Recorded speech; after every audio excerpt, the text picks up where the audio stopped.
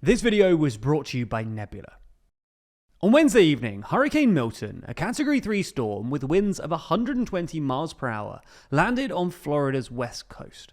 At time of writing, several deaths have already been reported. Nearly 3 million homes and businesses have lost power, and billions of dollars in damages will likely be incurred. Now, in some sense, things were a lot better than they could have been. Only a couple of days ago, Milton was a Category 5 storm, with winds of over 180 miles per hour, on track to be perhaps the most devastating storm in modern American history. But even if it's not the worst ever, Milton has still been catastrophic, and could be the last straw for Florida's ever-escalating home insurance crisis, which could in turn bring down entire property markets.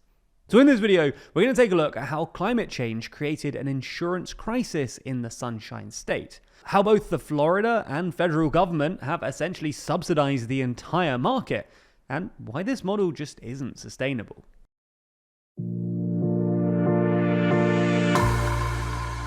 Before we start, if you haven't already, please consider subscribing and ringing the bell to stay in the loop and be notified when we release new videos.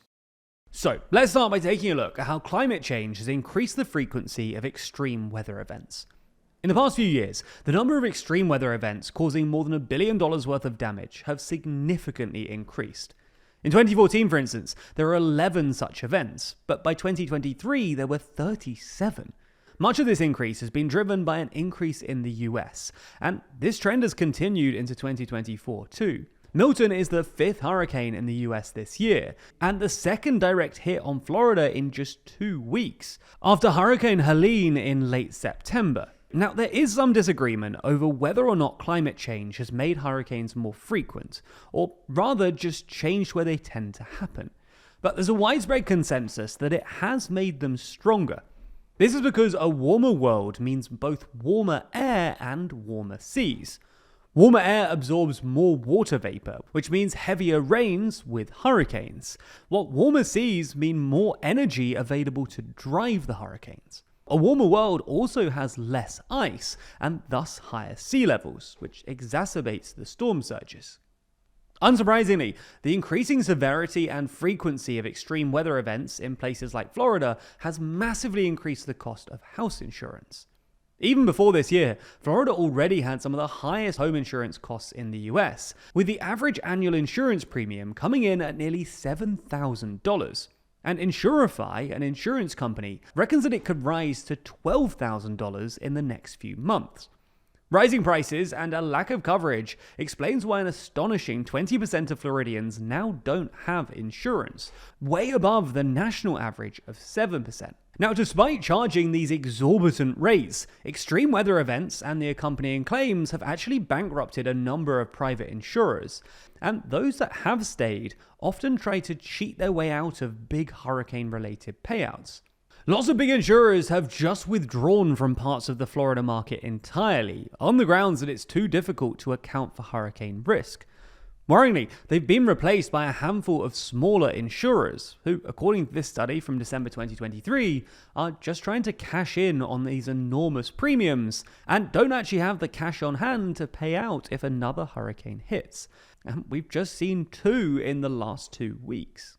Anyway, in response to this, Florida's government created a government-backed insurer of last resort called the Citizens Property Insurance Corporation for people who couldn't get any other insurance. This is largely because, as it doesn't have any income tax, Florida relies on property taxes for its revenues. And if there wasn't insurance in place, property prices in the state would just crash. Because increases are capped and subject to approval by state legislatures, and politicians don't generally like approving them, citizens' policies are generally about 35% lower than the market rate. In practice, this means that other Florida taxpayers are subsidizing those people living in dangerous areas. But even still, Citizens has nowhere near enough cash. The company only has about $6 billion on hand, compared to insured assets of about $400 billion, $150 billion of which were at risk from Milton. This number has grown rapidly over time as private insurers have continued to pull out of the market, from about 400,000 policies in 2020 to nearly 1.5 million in late 2023, representing about 20% of the entire Florida property market. In part because Citizens is currently under investigation by the US Senate for not having enough money on hand, they've tried to push some of these houses back onto the private market, and with some success. The number of policies has now fallen to a little over 1 million, and a few weeks ago, they announced plans to push another 600,000 to private insurers in the coming months. However, these policies are often migrating to those small, undercapitalized insurers we mentioned earlier, which isn't really a good thing either. As well as being subsidized by other Florida taxpayers, these homeowners are also effectively subsidized by the federal government via the Federal Emergency Management Agency, or FEMA, which offers flood insurance to about 5 million homeowners in hazardous areas. However, FEMA has come under constant political pressure to keep rates low, despite the increased flooding risk, and has consequently made a loss of about $20 billion. FEMA tried to raise rates in 2021, but it's since been sued by at least 10 mostly Republican state legislatures, and roughly 500,000 people have cancelled their policies in protest, presumably hoping that they'll get bailed out anyway. The federal government is also accidentally subsidizing even those homeowners in dangerous parts of Florida who have private insurance, because banks sell a disproportionate number of their mortgages in these high-risk areas, often insured by dodgy smaller insurers, to federal agencies, who are on the hook if these insurers can't pay out, and homeowners therefore have to default. Anyway, you get the idea. Climate change has made parts of Florida uninsurable. But to avoid the political fallout of a property crash and to keep Florida's tax base intact, the market has been effectively propped up by a combination of the federal government, Florida state government, and a whole load of undercapitalized, immature private insurers. Storm Milton, which will probably cause tens of billions of dollars in insured damages, will force American politicians to make a decision. Either they try to continue propping up the market, hoping that federal and Florida taxpayers don't mind or notice that they're paying for people to retire to dangerous areas at a cost that could become exorbitant if those small insurers go bankrupt and will only grow over time, or they somehow let the cost of insurance reflect the actual risk of living there, triggering a collapse in property prices and possibly even depopulation in some of Florida's most popular areas. All in all, there's no easy option here. Given that it's an election year, the federal government will probably be happy to foot the bill, but this only defers the inevitable pain and ties into a wider question about how to eventually deal with the national debt. We appreciate that some of this was pretty technical stuff, but hopefully you now know why Hurricane Milton could be even more catastrophic than you first imagined, and why it could be so consequential for the upcoming election. It's far from the most unusual thing impacting this election, though. After all, who would have predicted a last-minute change of candidate, let alone talks of burying bears in Central Park, Brad Summers, or Elon Musk joking about assassination attempts back at the start of the year. But we have been paying attention to all of those things, because they're not just silly, they're actually politically quite important.